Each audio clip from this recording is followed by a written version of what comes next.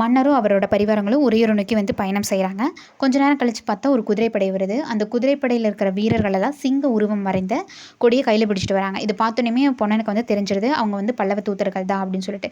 இதை பார்த்தோன்னே அவன் மறுபடியும் வந்துட்டு நானும் போகிறேன் அப்படின்னு சொல்லிட்டு பொன்னன் வந்து வள்ளியும் வந்து கூப்பிட்றான், வா நீயும் வந்து உறையூருக்கு போவேயாம்மா, அங்கே தான் வந்து இப்போ வள்ளியோட பாட்டி வீடு வந்து இருக்குது, அப்போ அப்படியே உங்கள் பாட்டன் பாட்டியும் வந்து பார்த்த மாதிரி இருக்குது, வா நம்ம 2 பேரும் போயிட்டு வரலாம் அப்படின்னு சொல்லிட்டு வள்ளியும் வந்து கூப்பிட்றான். இவங்க 2 பேரும் உறையூருக்கு போகும்போது சாயங்காலமே ஆயிடுது. அவங்க போகும்போது கரெக்டாக வந்து அந்த பல்லவ தூதர்கள் வந்து அரண்மனையிலேருந்து வந்து வெளியே வராங்க.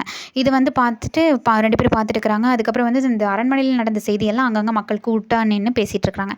என்னென்னா மன்னர் வந்து கப்பம் கட்டப்போவதில்லைன்னு சொல்லிட்டாரு.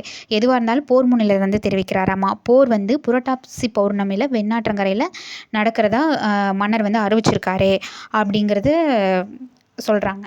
சரின்னு சொல்லிட்டு உறையூர் கம்மாள தெருவில் தான் வந்து வள்ளியோட பாட்டி வீடு இருக்குது. அங்கே 2 பேரும் போகிறாங்க.